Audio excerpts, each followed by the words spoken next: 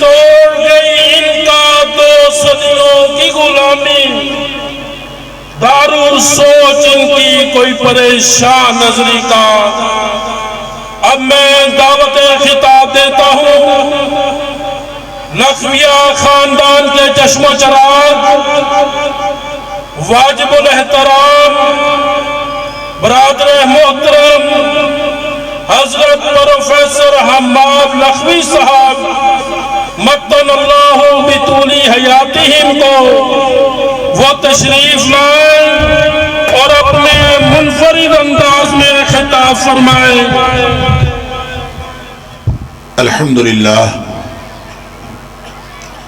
الحمدللہ وکفا وسلام علی عبادہ الذین اصطفى،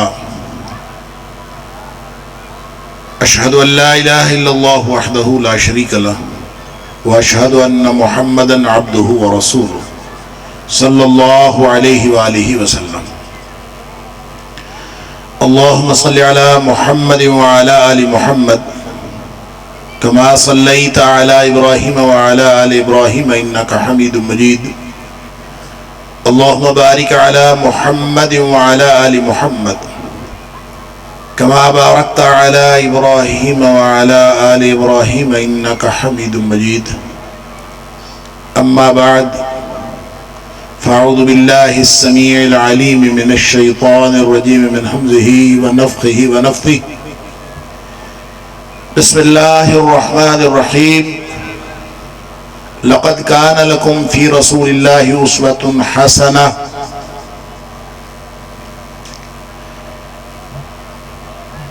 میرے لیے یہ بات بڑی سعادت کی اور خوشی کی ہے کہ میں اس کانفرنس میں ہر سال کسی بھی اور وجہ سے شرکت نہیں کرتا سوائے اس کے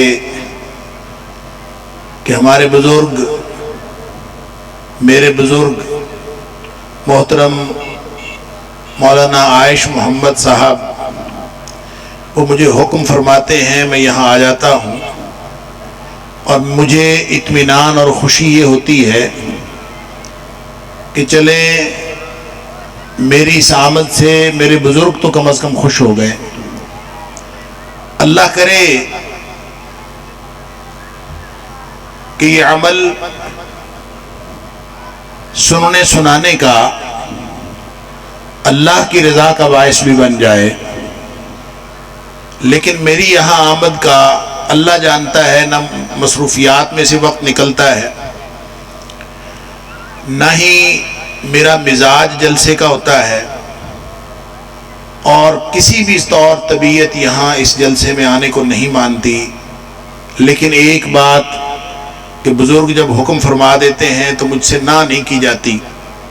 اللہ تعالیٰ ان کو صحت سلامتی اور برکت والی زندگی عطا فرمائے، اور ہمیں دنیا میں بھی اپنے دین کا کام کرتا رکھے، اور اللہ تعالیٰ ہم سب کو جنت الفردوس میں اکٹھا فرمائے۔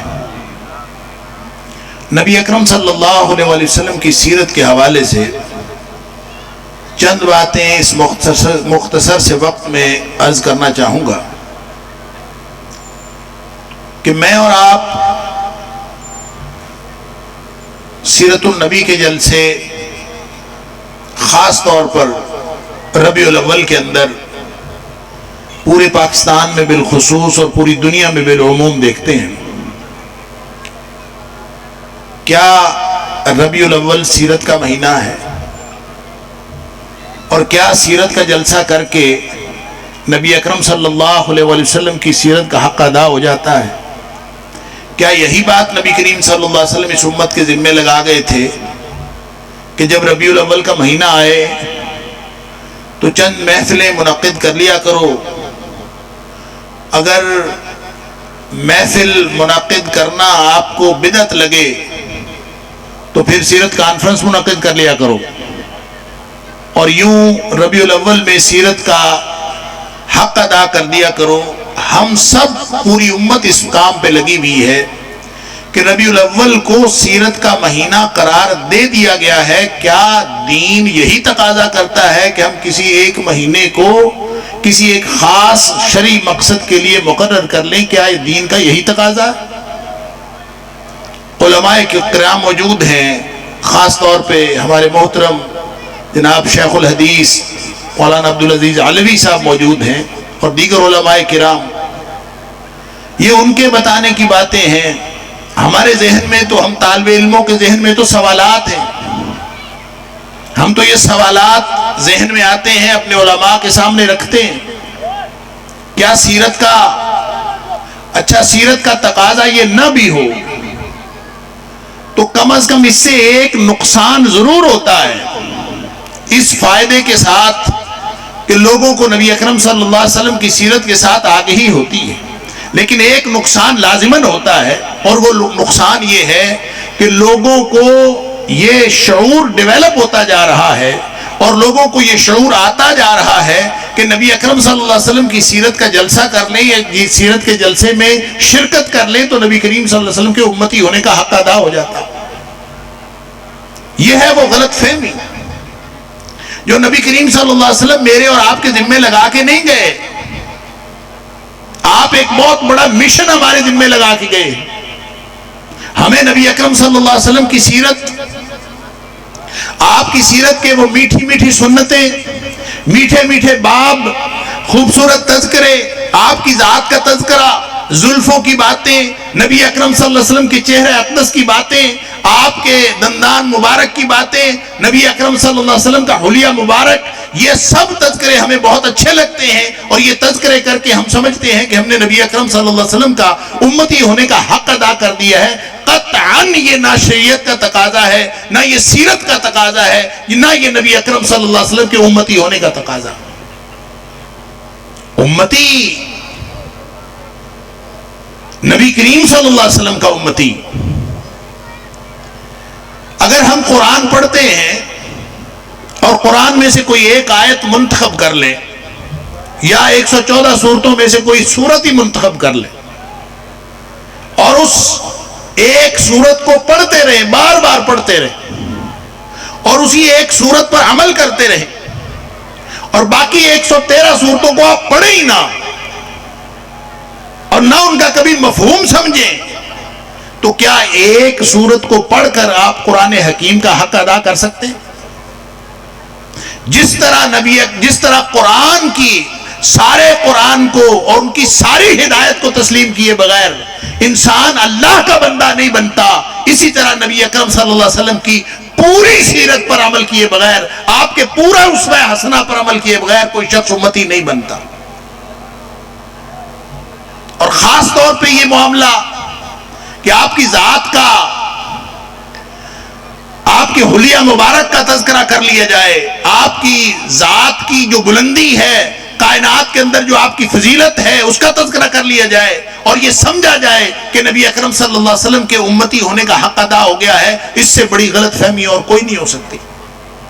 میں تفصیلات میں نہیں جاتا، ایک بہت سادہ سی بات کرتا ہوں. نبی کریم صلی اللہ علیہ وسلم کے سیرت کا، آپ کے حلیہ مبارک کا، آپ کی ذات مبارکہ کا اگر تذکرہ کر کے کوئی شخص امتی بنتا ہوتا تو آپ کو معلوم ہے کہ جتنا نبی اکرم صلی اللہ علیہ وسلم کی سیرت پر لکھا گیا ہے اتنا کبھی کسی شخصیت پر پوری دنیا میں نہیں لکھا گیا. سیرت کی کتابیں صرف مسلمانوں نے نہیں لکھی، سیرت کی کتابیں کافروں نے بھی لکھی ہیں، سیرت کی کتابیں عیسائیوں نے بھی لکھی ہیں، سیرت کی کتابیں یہودیوں نے بھی لکھی ہیں، سیرت کی کتابیں ہندوؤں اور سکھوں نے بھی لکھی ہیں، اور اس میں نبی کریم صلی اللہ علیہ وسلم کے فضائل بیان کیے ہیں.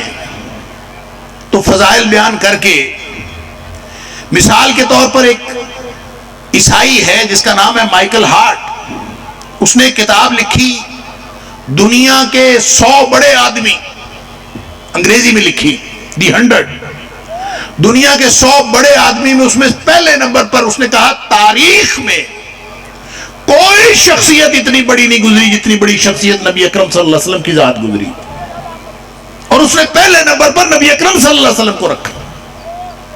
میرا سوال یہ ہے کہ جب اس نے کتاب میں پہلے نمبر پر نبی کریم صلی اللہ علیہ وسلم کو رکھا، آپ کی تعریفیں بھی کی، آپ کی شخصیت کی تعریفیں بھی کی، آپ کے اخلاق کی تعریفیں بھی کی، آپ کے انتظام کی تعریفیں بھی کی، میرا سوال یہ ہے کہ کیا وہ امتی بن گیا؟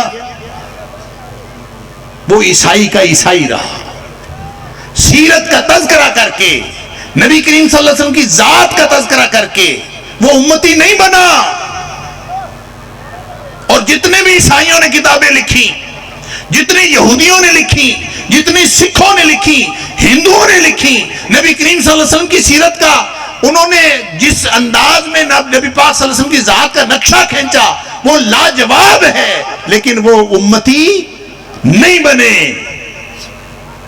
جب نبی کریم صلی اللہ علیہ وسلم نے کوہ صفا پہ اکٹھا کیا تھا اور آپ نے فرمایا تھا کہ بتاؤ اگر میں کہوں کہ جبل ابو قبیس کے پیچھے لشکر چھپا ہے اور ابھی تھوڑی دیر بعد تمہارے اوپر حملہ آور ہونے والا ہے تو تمہارا کیا خیال ہے؟ تو سب نے کہا تھا کہ ہم آپ کی بات مان لیں گے۔ کیوں مان لیں گے؟ اس لیے مان لیں گے کہ آپ نے پوری حیات طیبہ میں کبھی کوئی غلط بیانی نہیں کی۔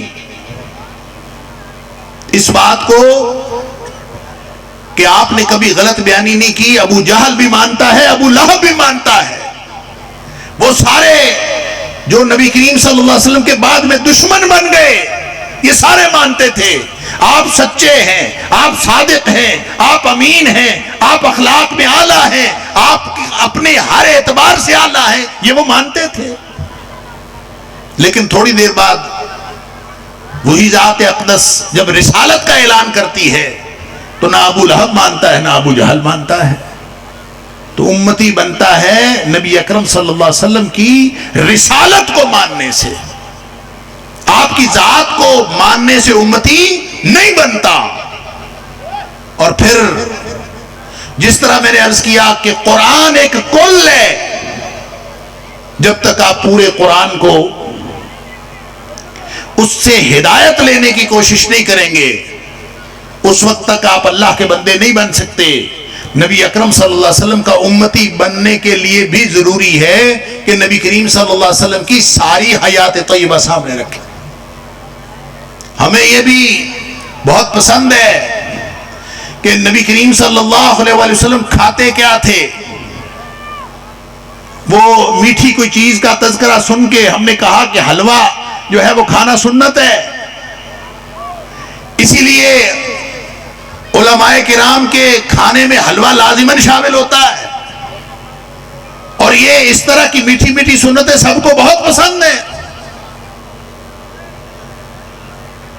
کبھی کسی نے یہ بھی سوچا کہ جہاں اللہ کریم نے لَقَدْ كَانَ لَكُمْ فِي رَسُولِ اللَّهِ أُسْوَةٌ حَسَنَةٌ کا تذکرہ کیا ہے، جہاں یہ آیت آئی ہے، یہ 20 نمبر آیت ہے سورۃ الاحزاب کی۔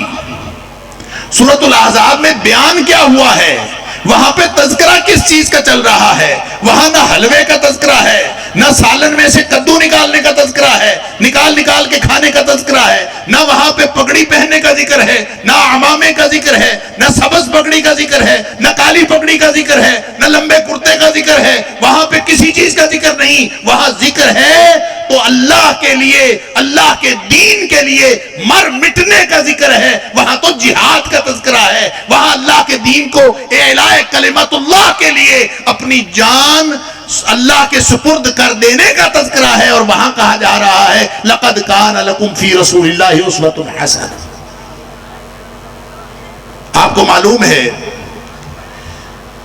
اللہ اکبر، وَإِذْ زَاغَتِ الْأَبْصَارُ وَبَلَغَتِ الْقُلُوبُ الْحَنَاجِرَ، اس کے بعد ذکر آتا ہے کہ لَقَدْ كَانَ لَكُمْ فِي رَسُولِ اللَّهِ أُسْوَةٌ حَسَنَةٌ۔ پتہ کیا مطلب ہے؟ نبی اکرم صلی اللہ علیہ وسلم کی پوری حیات طیبہ میں جتنی لڑائیاں ہوئیں، جتنی جنگیں ہوئیں، جتنے معاملات ہوئے، کبھی دفاعی جنگ، کبھی اقدامی جنگ، سارے معاملات چلتے رہے، لیکن یہ جو غزوہ احزاب ہے اس کے اندر تو ایک ایسی سچویشن آئی کہ صحابہ کرام نے کبھی ایسی خطرناک اور خوفناک سچویشن نہیں کبھی دیکھی، کبھی ایسے حالات نہیں دیکھے جس طرح کے حالات نبی اکرم صلی اللہ علیہ وسلم کے صحابہ کرام نے غزوہ احزاب میں محسوس کیے۔ صحابہ کہتے ہیں ہمیں تو کبھی مسئلہ ہی نہیں ہوتا تھا، جنگ جتنی مرضی خوفناک ہوتی، ہمیں کوئی شدید سے شدید خطرہ ہوتا، ہم آ کے نبی اکرم صلی اللہ علیہ وسلم کے ساتھ بات کرتے تھے، آپ کوئی ایسی بات آگے سے ارشاد فرماتے تھے، ہمارے حوصلے بلند ہو جاتے تھے، ہم اس وقت، اور کبھی ہمیں پریشانی نہیں ہو، ہماری ساری پریشانیاں دور ہو جاتی تھی۔ نبی اکرم صلی اللہ علیہ وسلم کے لب مبارک ہلتے تھے، خوفناک سے خوفناک، خطرناک سے خطرناک صورتحال میں ہمارے حالات پھر سے بدل جاتے تھے۔ لیکن یہ وہ موقع ہے کہ کئی دن کا فاقہ ہے، خندق کھود کے 1 ماہ سے زیادہ تک کا محاصرہ اس کے سامنے رکاوٹ بن کے، فاقے اور شدید سردی میں صحابہ کرام وہاں بیٹھے ہوئے ہیں، اور پیچھے سے پتہ چلتا ہے کہ پیچھے یہودیوں کی بستی تھی، پیچھے مسلمانوں کی بستی، مسلمانوں کی بستی کے پیچھے یہودیوں کی بستی۔ این جنگ کے دوران خبر ملی کہ یہودیوں نے بدعہدی کا اعلان کر دیا، ان کے ساتھ معاہدہ ہوا تھا میثاق مدینہ، اور یہ بات طے شدہ تھی کہ باہر سے کوئی بھی حملہ آور ہوگا تو ہم اکٹھے مل کے حملہ کریں گے، ہم مل کے مقابلہ کریں گے۔ اب حملہ باہر سے ہو چکا تھا، چاہیے تو یہ تھا کہ یہودی آ کے ان کے ساتھ ملتے، لیکن انہوں نے عین اس موقع پر کہ جب خندق کے پیچھے لشکر ہے، پورا عرب اکٹھا ہو کے آیا ہوا ہے، اس کے بعد خندق ہے، خندق کے سامنے مسلمان بیٹھے ہیں جو فاقے سے ہیں، کئی ہفتوں سے فاقے میں ہیں، مشکل سے انہوں نے خندق کھودی ہے، اور پیچھے مسلمانوں کی بستی ہے، اس کے پیچھے یہودیوں کی بستی ہے، اور یہودیوں نے جب بدعہدی کا اعلان کیا تو مسلمانوں کے پاس کوئی طاقت نہیں تھی، کوئی مسلمانوں کے پاس لشکر نہیں تھا، کوئی فوج نہیں تھی، کوئی افراد نہیں تھے کہ جو جا کے پیچھے بچوں اور عورتوں کی حفاظت کر سکتے، اس لیے کہ پیچھے نبی اکرم صلی اللہ علیہ وسلم نے صرف ایک صحابی کو چھوڑا تھا، اور وہ تھے حضرت حسان بن ثابت رضی اللہ تعالی عنہ، اور یہودیوں نے ریکی کرنے کے لیے بھیجا، وہ ایک الگ اللہ نے انتظام کر دیا۔ لیکن یہاں صحابہ کرام کہتے ہیں کہ ہمیں جب معلوم ہوا کہ یہودیوں نے بدعہدی کا اعلان کیا ہے، اور یہ خوفناک صورتحال تھی جنگ کے دوران، ہم نبی کریم صلی اللہ علیہ وسلم کے پاس آئے، آ کے نبی اکرم صلی اللہ علیہ وسلم کو خبر دی کہ یہودیوں نے بدعہدی کا اعلان کر دیا، اب ہم کیا کریں؟ تو ہوتا تو یہ تھا کہ لب مبارک ہلتے تھے، کوئی ہدایت رہنمائی آتی تھی، ہمارے اسی وقت خوف ختم ہو جاتے تھے، خطرات چھٹ جاتے تھے، لیکن اس موقع پر نبی اکرم صلی اللہ علیہ وسلم نے کچھ بھی نہیں فرمایا،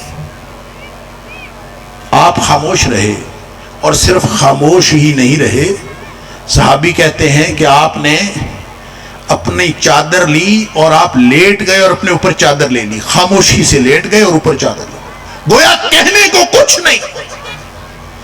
یہ وہ موقع ہے کہ صحابہ کہتے ہیں ہم نے نبی اکرم صلی اللہ علیہ وسلم کی خاموشی دیکھی، ہماری آنکھیں پتھرا گئیں، ہمارے کلیجے منہ کو آنے لگے کہ اب پتہ نہیں کیا ہوگا، ہمارے بیوی بچوں کے ساتھ کیا ہوگا، ہمارے ساتھ کیا ہوگا۔ اس سے خوفناک صورتحال جنگ کے اندر ہم نے کبھی نہیں دیکھی، اس کو قرآن نے بیان کیا ہے، وَإِذْ زَاغَتِ الْأَبْصَارُ وَبَلَغَتِ الْقُلُوبُ الْحَنَاجِرَ۔ جب آنکھیں پتھرا گئی وہ وقت یاد کرو، جب آنکھیں پتھرا گئی، کلیجے منہ کو آنے لگے، یہ تذکرہ ہے غزوہ احزاب کا۔ پھر آگے جا کے آیت نمبر 20 میں فرمایا ہے لَقَدْ كَانَ لَكُمْ فِي رَسُولِ اللَّهِ أُسْوَةٌ حَسَنَةٌ لمن كان يرجو الله واليوم الآخر وذكر الله كثيرا۔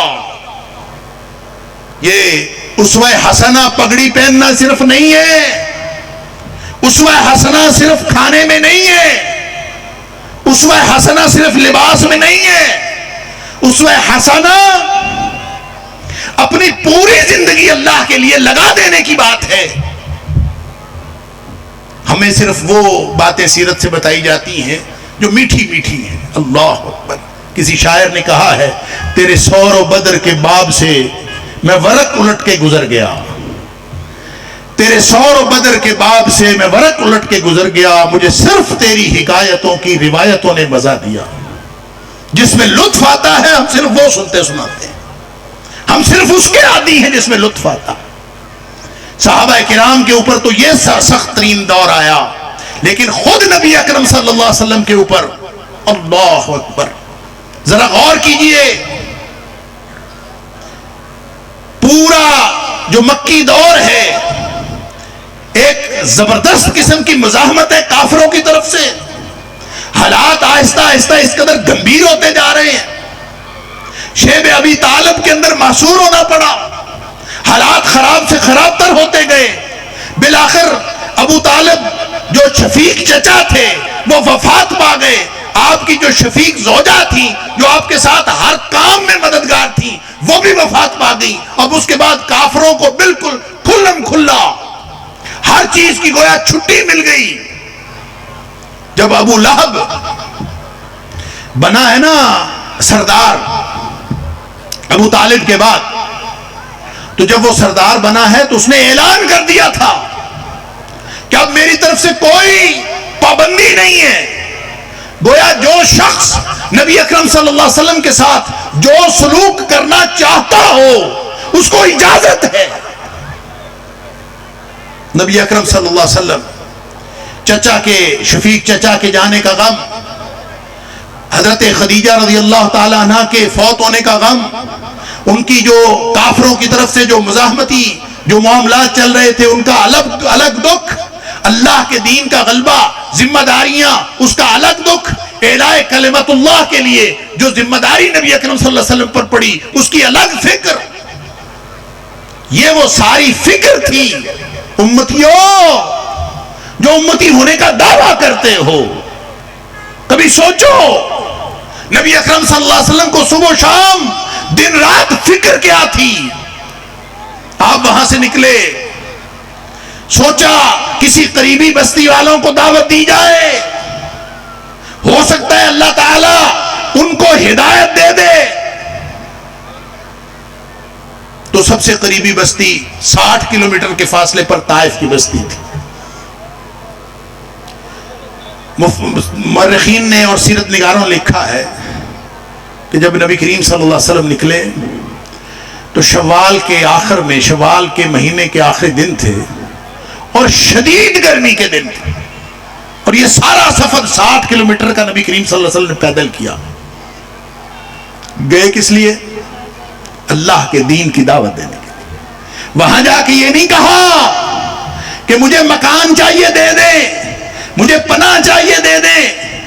وہاں جا کے وہ رسالت، وہ یہ نہیں کہا کہ میں اتنا خوبصورت ہوں، اپنا حلیہ نہیں بتایا، اپنی ذات نہیں بتائی، اپنی ذات کی فضیلت نہیں بتائی، اپنا رسول ہونا بتایا کہ مجھے اللہ نے رسول بنا کے بھیجا۔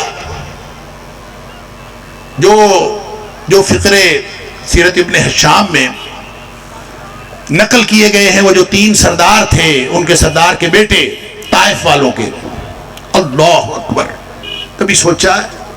کبھی یہ بھی باب پڑھو نبی اکرم صلی اللہ علیہ وسلم کی حیات طیبہ کا، اللہ اکبر، کہ آپ وہاں پہ تشریف لے گئے، اگر بات آپ کرتے اپنی ذات کی، آپ کو تو اللہ نے ساری کائنات سے افضل بنایا تھا، یہ حقیقت ہے کہ اللہ نے آپ کو ساری کائنات سے افضل بنایا۔ آپ جا کے کہتے کہ دیکھو میری زلفیں، دیکھو دیکھو میرے دانت، دیکھو دیکھو میرا چہرہ اقدس، دیکھو دیکھو میرا حلیہ، دیکھو میرا حسب نسب، دیکھو میرا خاندان، دیکھو مجھے اللہ نے ساری کائنات میں اللہ نے مجھے فضیلت بخشی ہے، یہ دیکھو۔ یہ نہیں فرمایا، آپ نے یہ بات نہیں بتائی ان کو جو کہ نبی کریم صلی اللہ علیہ وسلم نے ہمیں بتائی۔ آپ کو معلوم ہے نا کہ نبی کریم صلی اللہ علیہ وسلم، بہت ساری احادیث ہیں جس میں نبی اکرم صلی اللہ علیہ وسلم نے خود اپنے بارے میں فرمایا کہ اللہ نے جو میری رسالت ہے، سید و ولد آدم بھی مجھے بنایا، اللہ نے اولاد آدم میں سب کا سردار مجھے بنایا۔ نبی کریم صلی اللہ علیہ وسلم نے یہ بھی بتایا کہ مجھے اللہ نے انبیاء کے اوپر فضلت علی الانبیاء، مجھے نبیوں کے اوپر فضیلت دی گئی۔ لیکن ساتھ آپ نے یہ بھی بتایا کہ مجھے ذات کے اعتبار سے بھی اللہ نے سب سے افضل بنایا. ترمذی شریف کی حدیث ہے، عباس رضی اللہ تعالیٰ عنہ آپ کے جو چچا تھے وہ باہر سے کچھ سن کے آئے، کوئی ایسی ویسی بات کسی نے کی، نبی کریم صلی اللہ علیہ وسلم کی شان میں ہرزہ سرائی اس دور میں بھی دنیا کرتی تھی، آج بھی کرتی ہے. سارے دشمن ہمیشہ نبی اکرم صلی اللہ علیہ وسلم کی شان میں ہرزہ سرائی کرتے رہے. اس کی وجہ یہ ہے کہ نبی اکرم صلی اللہ علیہ وسلم جیسا آخر جب دشمنی ہوتی ہے تو دشمن اپنے دشمن کے مقابلے میں مقابلے کا اسلحہ لاتا ہے، مقابلے کی ٹیم لاتا ہے، مقابلے کا لیڈر لاتا ہے، مقابلے کی کتاب لاتا ہے. جب نبی اکرم صلی اللہ علیہ وسلم کا تذکرہ ہوتا ہے تو اس جیسا اللہ نے دوسرا بنایا ہی نہیں، لہذا کسی دشمن کو اس طرح کا لیڈر ملتا ہی نہیں. جب اس طرح کا کوئی ہے ہی نہیں تو پھر وہ اپنے انتقام کی آگ ٹھنڈی کرنے کے لیے نبی کریم صلی اللہ علیہ وسلم کی شان میں ہرزہ سرائی کرتے. تو اسی طرح حضرت عباس رضی اللہ تعالیٰ نے کوئی بات سنی تھی، آپ تشریف لائے، آپ نے آ کے نبی کریم صلی اللہ علیہ وسلم کے پاس عرض کیا، جو بھی کچھ سن کے آئے تھے. صحابی کہتا ہے کأنہ سمع شیئا، کوئی بات سن کے آئے تھے.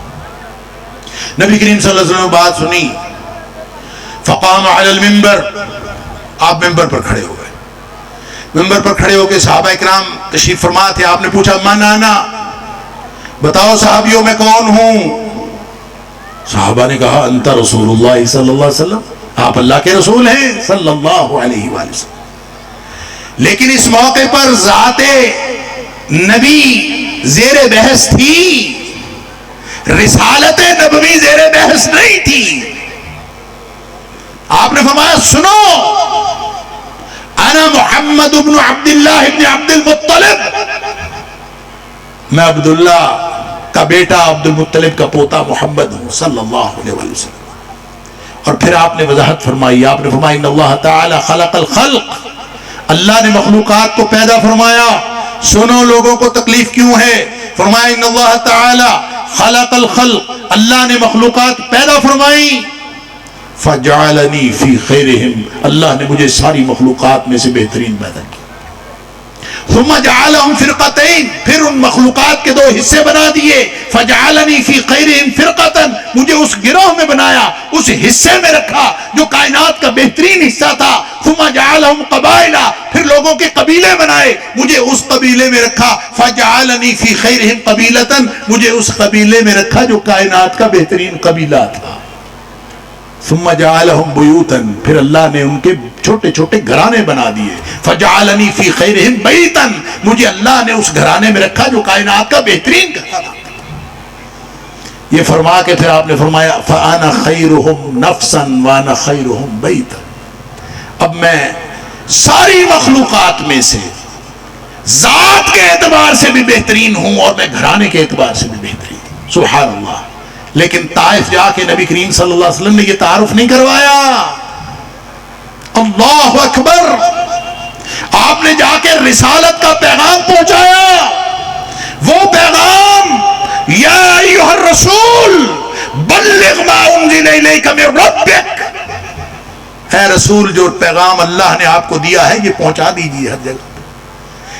وَإِن لَّمْ تَفْعَلْ فَمَا بَلَّغْتَ رِسَالَتَهُ، اگر آپ نے یہ پیغام نہ پہنچایا تو باقی ساری باتیں کرتے رہو ساری زندگی، اس کا کوئی فائدہ نہیں ہے.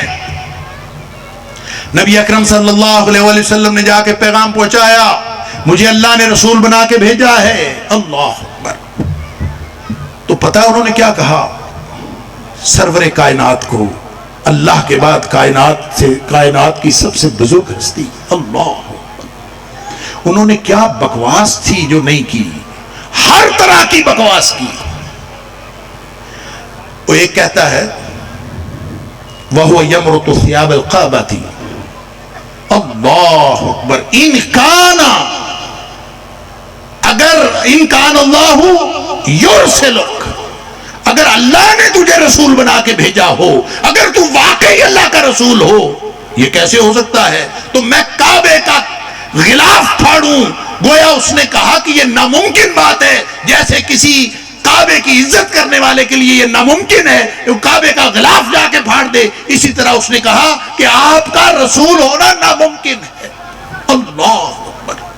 نبی اکرم صلی اللہ علیہ وسلم سامنے کھڑے، وہ کہتا ہے کیسے ہو سکتا ہے کہ آپ اللہ کے رسول؟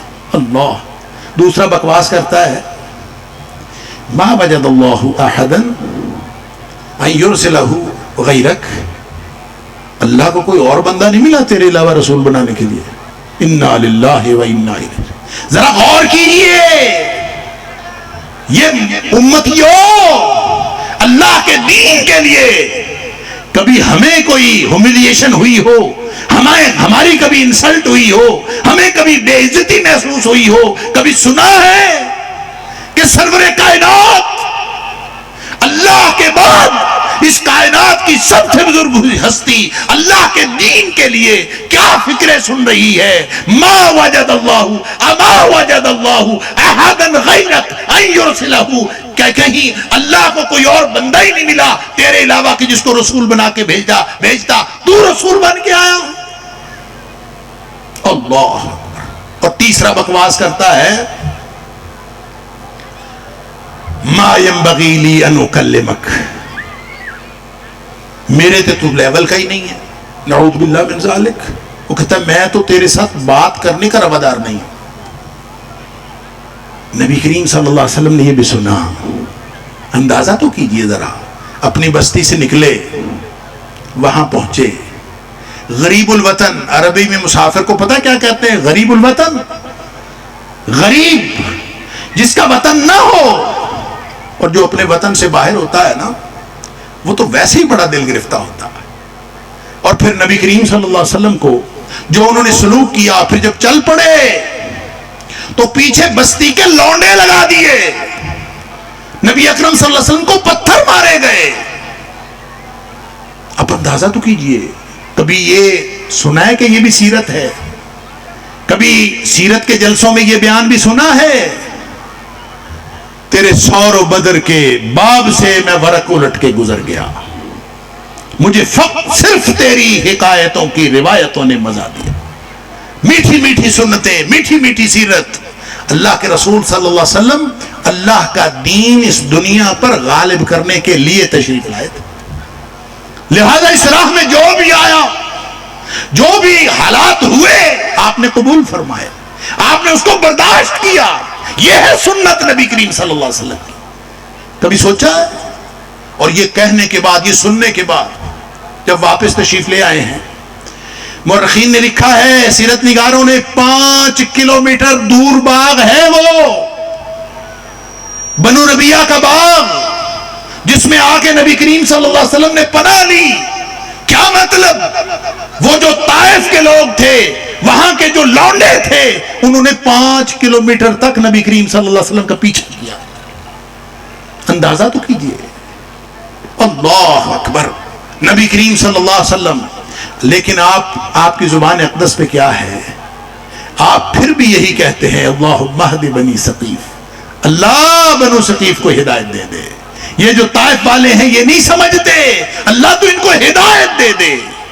اور یہ تو بخاری شریف کے اندر ہے کہ پہاڑوں کا فرشتہ آیا، یا جبریل آئے، ان کے ساتھ پہاڑوں کا فرشتہ تھا، اور اس نے کہا آپ حکم فرمائیں ہم پہاڑوں کے درمیان رکھ کے پوری بستی پیس دیں. لیکن نبی کریم صلی اللہ علیہ وسلم فرمایا نہیں، مجھے امید ہے، میں امید رکھتا ہوں اللہ سے، ارجو اللہ، میں اللہ سے امید رکھتا ہوں. یا فرمایا ارجو ان یخرج اللہ من صلابہم من یعبد اللہ لا یشرک بہ شیئا. عرض کیا، نبی کریم صلی اللہ علیہ وسلم فرمایا، فرشتہ عرض کرتا ہے اللہ کے رسول حکم دے اس کو پیس دے. فرمایا نہیں، پیس دیا یہ تو میرا مشن ہی نہیں ہے، تباہ کر دیا یہ تو میرا مشن ہی نہیں ہے. میرا مشن تو انسانیت کا تحفظ کرنا ہے، میرا مشن ان کی ہدایت کی دعا کرنا ہے، میرا مشن ان کی ہدایت کی کوشش کرنا ہے. ختم کرنا، پیس دینا میرا مشن نہیں ہے. اللہ اکبر.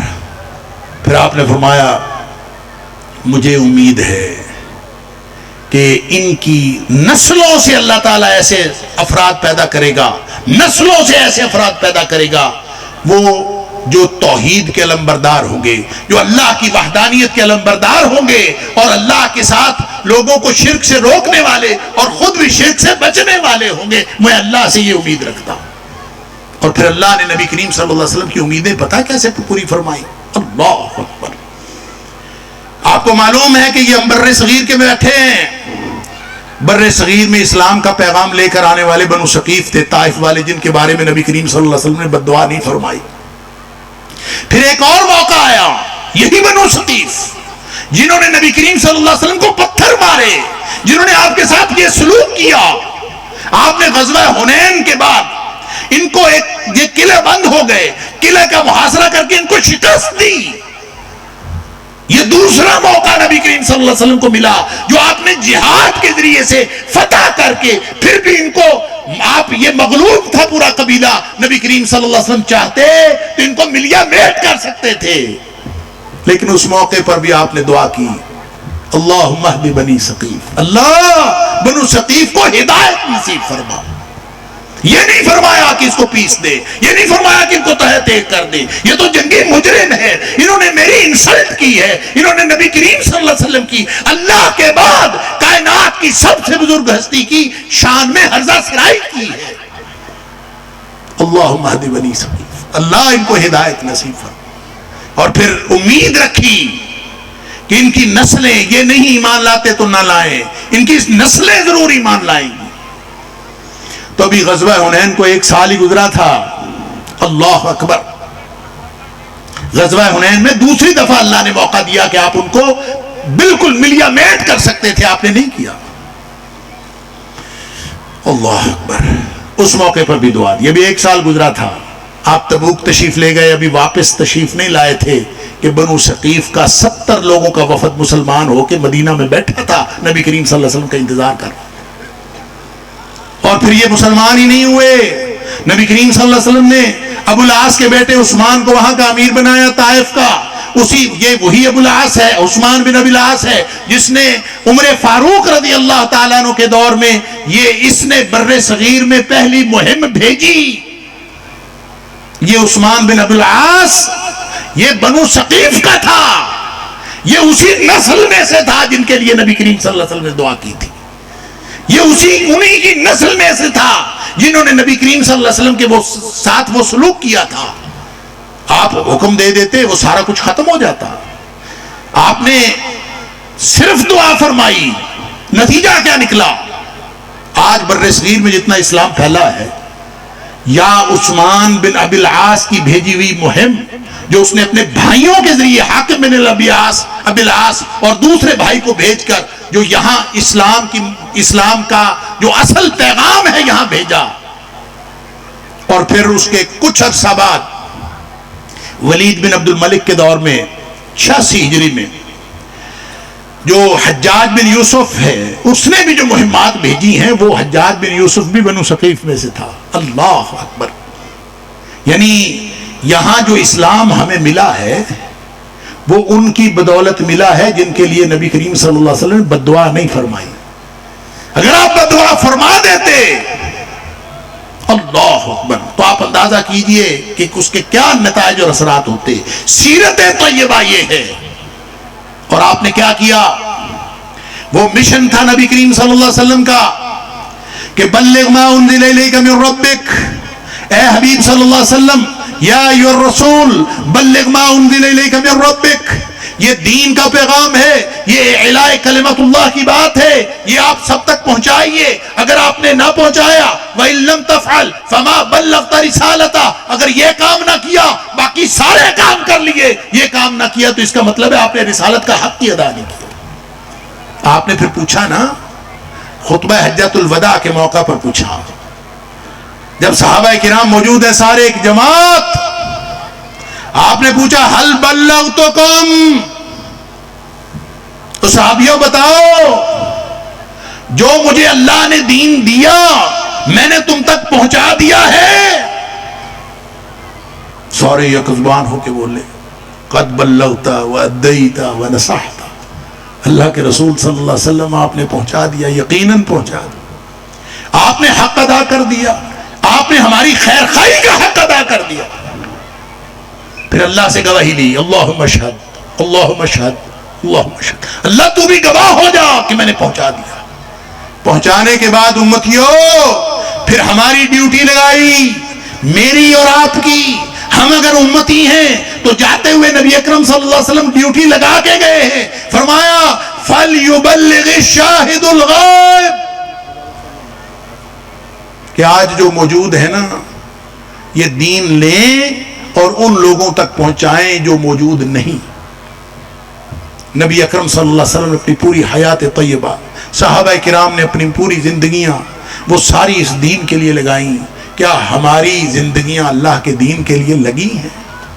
اگر لگی ہیں تو آپ کو مبارک ہو، ہم سب امتی ہیں انشاءاللہ۔ تو اگر نہیں تو پھر آج اگر زندگی باقی ہے تو ہمارے پاس مہلت باقی ہے۔ آج ہم سوچ لیں کہ اگر ہم امتی بننا ہے، دیکھیں امتی بن جائیں یہ تو اعزاز ہی بہت بڑا ہے، لیکن شرط ہے کہ امتی بن جائیں۔ امتی کون ہوتا ہے؟ یعنی امتی ہونے کا مطلب یہ ہے، خود نبی کریم صلی اللہ علیہ وسلم بتایا کل امتی یدخلون الجنہ، میرا ہر امتی جنتی ہے۔ یہ اتنا بڑا اعزاز ہے کہ امتی ہوا تو جنتی ہوا۔ یہ کوئی چھوٹا اعزاز ہے نبی کریم صلی اللہ علیہ وسلم کو امتی۔ لیکن امتی ہوتا کون ہے؟ آپ کی سیرت کے جلسے کرنے والا، آپ کی محفلیں پڑھنے والا، آپ کی زلفوں کے تذکرے کرنے والا، آپ کے دندان مبارک اور حلیہ مبارک کا ذکر کرنے والا، آپ کی سیرت کے باب آپ کو سنا دینے والا، کیا وہ امتی ہوتا ہے؟ یا کتابیں لکھنے والا؟ نہیں، امتی کون ہے؟ فرمایا کل امتی یدخلون الجنہ، میرا ہر امتی جنتی ہے، الا من ابا، جو خود انکار کر دے، یا امتی ہونے سے انکار کر دے یا جنتی ہونے سے انکار کر دے، بات تو ایک ہی ہے، کیونکہ امتی ہے تو جنتی ہے۔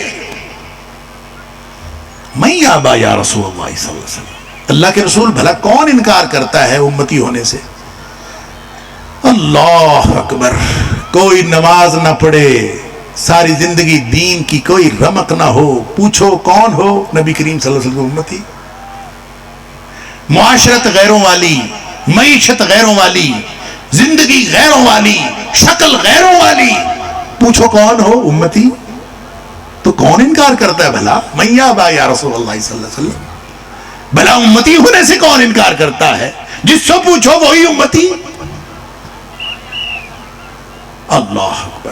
فرمایا سنو، ڈیفینیشن سن لو اور پلے باندھ لو قیامت تک کے لیے۔ فرمایا امتی کی ڈیفینیشن سادہ سی ہے، من اطاعنی فدخل الجنہ، جس نے بات میری مانی، حکم میرا مانا، فدخل الجنہ، وہ جنت میں چلا گیا، وہ میرا امتی ہے۔ ومن عصانی، جس نے میری بات نہیں مانی، وہ جو مرضی کرتا پھرے، وہ میرا امتی نہیں ہے۔ فقد ابا، اس نے تو امتی ہونے سے انکار کر دیا، جنت میں جانے سے انکار کر دیا۔ اللہ تعالیٰ مجھے اور آپ کو، ہم سب کو سچا امتی بنائے، نبی کریم صلی اللہ علیہ وسلم کی پوری سیرت پر عمل کرنے والا بنائے، اللہ کے دین کا داعی بنائے، اور نبی کریم صلی اللہ علیہ وسلم ہم امتیوں کے ذمے جو ذمہ داری لگا کے گئے ہیں، اللہ تعالیٰ ہم سب کو وہ ذمہ داری ادا کرنے والا بنائے۔ وآخر دعوانا الحمدللہ رب العالمین۔